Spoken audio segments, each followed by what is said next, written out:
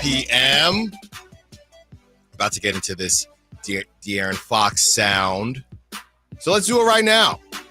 Let's do it right now. Let's do it live. This is De'Aaron Fox in the clip.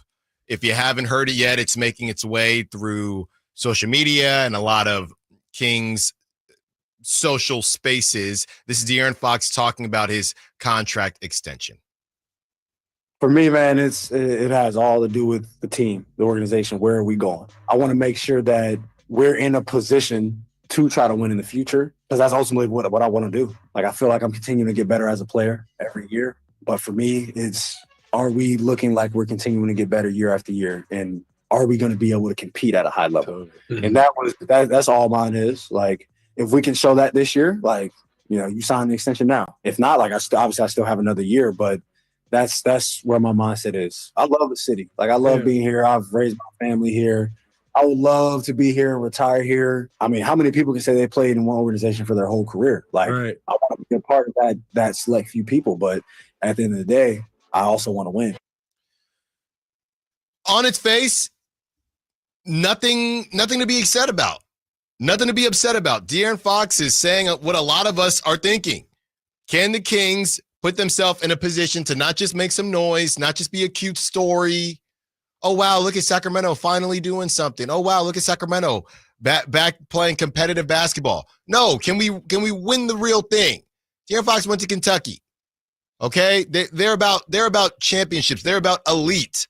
They have expectations. It's not, oh, we get to the playoffs and we're a good story. De'Aaron Fox wants to hold the team accountable and wants to hold himself accountable. He does not mention the Supermax right there. Says how much he loves the city. He raised his family here. Family continues to grow and grow. It's a beautiful thing. So he's saying all the right things.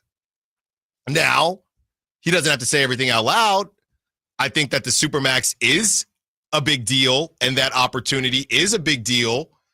I do find it hard to believe if the Kings do exactly what they did last season, which would mean they didn't necessarily improve. Let's say they're a 9 seed and De'Aaron is Supermax eligible because he's all NBA, over $300 million contract. I do feel like De'Aaron would sign that contract. I just think it's a lot of money to turn down. But if De'Aaron isn't Supermax eligible and the Kings are just a 9 seed or worse, or for some reason they just don't get into the playoffs, Monty McNair doesn't make a move, whatever it is, or he does and it just doesn't work out, then that's where things get a bit sticky. Then that's where De'Aaron, you want to leave a place, right? You ever think about leaving a job? And I know we're not talking about the same type of monopoly money we're talking about with these NBA players. But if the raise is not that much at a different job, you look at it differently versus a job that's going to completely change your life, right? If it's for us normal people, you're talking about an $80,000 job versus a $100,000 job. All right, maybe I'll stay. I'll think about it. I don't know. But if it's an $80,000 job versus a $180,000 job, you probably aren't thinking too much about the difference there. You're probably just going to take the job that pays you $100,000 more. De'Aaron Fox, if he doesn't get the Supermax and I'm just ballparking numbers here, the difference between $50 million or even $50 million, something like that, for De'Aaron Fox, based on what he's saying, and I don't believe that he said it in that clip, but he goes on to say, money-wise, I'm going to be fine. The difference there, De'Aaron Fox might say, I'm going to go to a contender. But if the difference is $145 million or something like that, then De'Aaron Fox, I find it hard for him to say no to that. De'Aaron Fox is probably going to remain a Sacramento King. So I think this whole thing gets a bit sticky, less about if the Kings make a move or not, and more about if De'Aaron Fox is Supermax eligible. Now let's talk about the Kings and what it means for them to make a move, right? Or to put themselves in a position to win. Because it's all very vague. I don't have a problem with De'Aaron saying. I actually appreciate it. I think he's being very real because I know me personally, the difference between 100 million and 200 million, not a big deal to me. And De'Aaron is being very open about that. I appreciate that. What I think is interesting is that De'Aaron is close with some of these guys on the team. They just signed Malik Monk. We know he's really close with Malik Monk from their time going back in Kentucky. We know he's close with or getting close with DeMar DeRozan. He helped recruit DeMar DeRozan to come to Sacramento. The other name that comes up, Keegan Murray. De'Aaron is very close with Keegan Murray. I don't know if they did this past season because Keegan did USA Select and things like that, but they play one-on-one together. They train together. That is well documented. So Keegan Murray is probably the most valuable chip in order for the Kings to bump themselves up into that elite echelon roster-wise. If you're Vivek or Monty McNair, do you talk to De'Aaron about this? He's being very open. Do you talk to, hey, De'Aaron, you said that you want the team to be better. Look, brother, this is where we're at right now. Keegan Murray's going to net us the biggest return. Okay, so who does that leave out? The names that we're saying, and this guy went to Kentucky too, Trey Lyles and Kevin Huerter. So we could, let's assume De'Aaron understands the business because we know he does, and that somebody has to get moved in order for your team to get better. So De'Aaron, for all intents and purposes, is okay with moving off of Kevin Huerter and Trey Lyles. My question then is it enough what you're going to get in return? So the main thing, as we discuss all of this, the main thing that we are leaving out, which might be the highest level of contention, and this is always a level of contention, whether you're De'Aaron Fox, Steph Curry with the Warriors, it's the first round draft picks because we know how valuable they are. So De'Aaron, in some way, is saying we need to get better.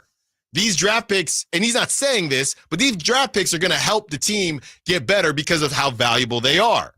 So essentially, Monty, Mr. Vivek, in a way, you're going to have to choose what you think your future could be versus what your future should be with me.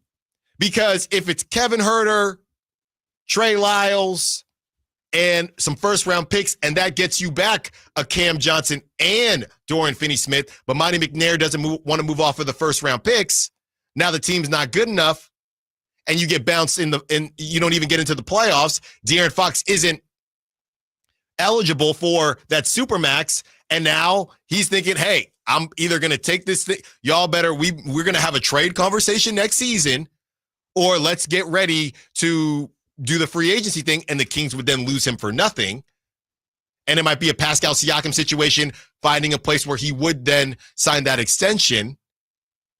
Or you're going to come off them picks, decide that you believe that I'm good enough. You believe that the core of De'Aaron Fox, Malik Monk, Domantas Sabonis, and I didn't mention Domantas Sabonis, but I don't really know how they would move Domas. DeMar DeRozan to a certain degree, and Keegan Murray, whether Keegan Murray fits in there or not, we're good enough for you to essentially take a chance on those first-round picks. That is essentially the biggest decision I think is going to be made.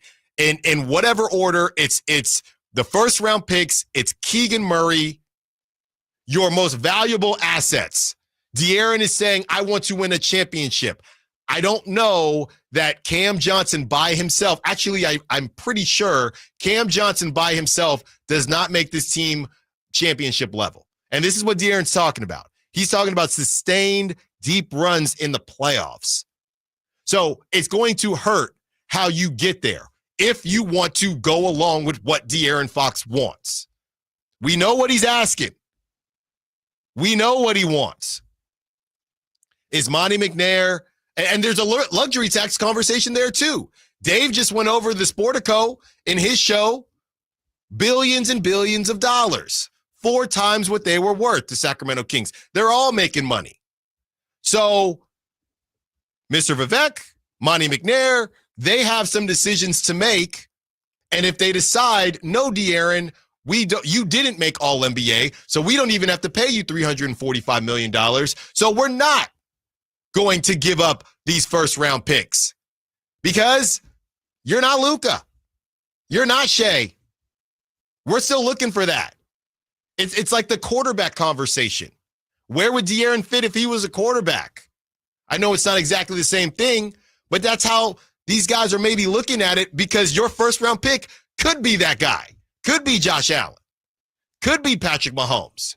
It's fascinating stuff. I have no problem with what De'Aaron Fox said, but there are decisions to be made, and I think De'Aaron's just bringing that to the forefront.